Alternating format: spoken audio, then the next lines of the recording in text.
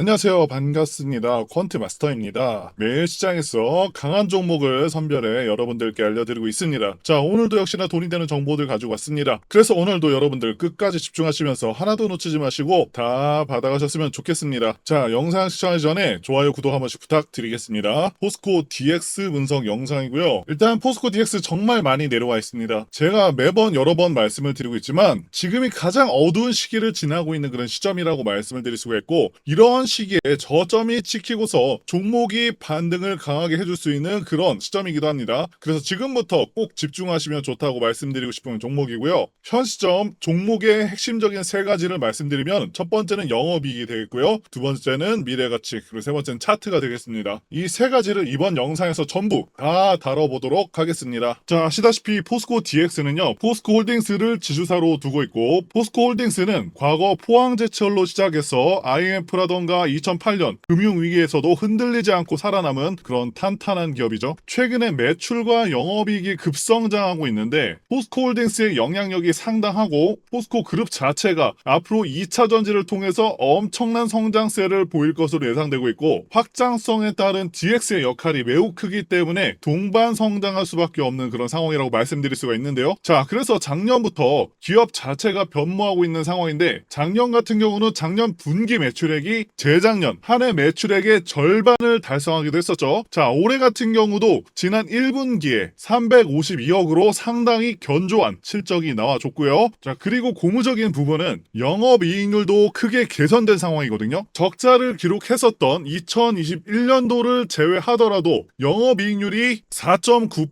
2.7%, 5.6%로 상당히 낮은 영업이익률을 달성했었는데요. 자, 그런데 크게 개선이 돼서 작년에는 7.4%, 올해 1분기는 거의 8%대 영업이익률을 달성을 했습니다. 그래서 영업이익률도 굉장히 크게 개선이 됐다라고 말씀을 드릴 수가 있는 부분이고요. 실적이 올해도 상당히 견조할 것으로 예상이 되고 있습니다. 자, 그런데 우리 시장에서는 실적도 없이 그냥 기대감만으로 오르는 그런 주식들도 상당히 많았었고, 지금도 여전히 그렇습니다. 하지만 그런 주식들의 말로는 정말 처참합니다. 실적을 못 내고 결과를 내지 못하는 기업들의 주가는 잠시 동안은 상승할 수 있어도 결국에는 제자리로 돌아갑니다. 자, 아직까지 1분기 외에는 정확한 실적 내용은 현재로서는 알 수 있는 단계는 아니지만, 자, 매출액이 상당히 증가했다는 것이 굉장히 긍정적인 부분이고요. 그룹의 큰 성장세에 힘입어서 동반 성장이 예상되는 만큼 앞으로의 주가가 상승의 가능성이 굉장히 충분하다라고 말씀을 드릴 수가 있습니다. 자, 그리고 두 번째 핵심은 미래가치 부분인데요. 포스코 DX는 2차 전지주와 같이 움직이는 그런 성향이 있습니다. 사실상 2차 전지 관련주에 포함시켜도 무방하다라고 말씀드릴 수가 있는데요. 그룹 전체의 운명이 2차 전지에 달려있기 때문에 그렇다라고 보시면 되겠습니다. 자, 작년까지만 하더라도 2차 전지주들이 정말 잘 나갔었죠. 온 국민이 관심을 갖고 투자도 많이 이루어졌었습니다. 현재는 2차 전지 산업이 일시적으로 캐즘에 빠져서 정체기를 거치고 있지만 다시 한번 성장 엔진을 가동할 시점이 거의 다 왔다고 보여지고 있습니다. 현재 테슬라도 다시 한번 미국 내 판매가 강하게 일어나면서 결국에는 2차 전지주들의 투자 심리도 지금 끌어올리고 있는 상황이고요. 다시 한번 2차 전지주들이 반등할 수 있는 그런 시점에 지금 현재 와 있다 보고 있습니다. 자, 그리고 2차 전지는 대한민국 미래의 주축이 될 분야라고 보고 있습니다. 자, 그 이유는 크게 두 가지 이유가 있죠. 첫 번째, 전기차 자체가 가지는 장점과 미국의 정치적 방향성 때문입니다. 일본에 대해서 간단히 말씀드리면 유지비 장점이 있고요. 고장 문제, 성능, 소음, 진동 등이 덜하다라는 그런 장점이 있는데, 사실 단순히 이 전기차가 가지는 장점 때문에 2차 전지 분야의 전망이 밝은 것은 아닙니다. 두 번째가 훨씬 더 강력하죠. 미국이 현재 정책적으로 전기차를 밀고 있고요. 환경을 내세우면서 법안을 마련하고 있지만 사실상 강제에 가깝습니다. 국내 주식을 하실 때도 가장 중요하게 여기셔야 하는 부분 중 하나가 이 국가 정책 방향성인데, 예를 들자면은 문정부 때 친환경 정책과 같은 것들이죠. 자, 자동차 브랜드들은 이 미국 시장을 1순위로 생각하기 때문에 미국 정책이 곧 기업의 지침이 됩니다. 이미 미국에서 내연 기관차를 배제해버리겠다라는 법안을 마련한 상황이기도 하고요. 자, 유럽도 그러한 흐름으로 가고 있기 때문에 모든 내연 기관차 브랜드들은 무조건 전기차를 만들어야 하는 그런 그런 상황이다라고 이해하실 수가 있습니다. 물론 최근에는 유럽에서 좀 더 내연기관차를 유지하는 그런 방향으로 약간은 선회하기는 했지만 결국에는 전기차로 전환하는 것은 시간 문제로 보고 있고요. 그리고 트럼프가 당선되면 이 배터리 산업에 타격이 있는 것이 아니냐 하는 그런 분석이 있지만 사실상 이 IRA법을 축소하는 것은 좀 어렵다라는 분석이 지금 나오고 있습니다. 왜냐하면 IRA법을 도입한 후에 확정 발표된 상당한 투자액들이 공화당 의원 지역구의 78%가량 배정되어 있기 때문이고요. 그래서 IRA법 전면 폐기보다는 지역구의 영향이 적은 수정입법으로 변화를 좀 줄 것으로 예상이 되고 있습니다. 자, 그리고 이 IRA는 사실상 중국을 배제하기 위한 그런 법안이기 때문에 현재로서는 큰 변화는 없을 것으로 보고 있고요. 당연히 해리스 같은 경우는 기존 IRA 정책을 고수하거나 더 강화하는 그런 방향으로 진행할 것으로 예상이 되기 때문에 전기차 분야는 상당히 좋을 수가 있겠습니다. 자, 그리고 최근에는 해리스가 트럼프를 앞서고 있다는 그런 여론조사가 계속해서 발표가 되고 있죠. 자, 그래서 결국 시간의 문제일 뿐이지 전기차 산업의 전망은 상당히 밝습니다.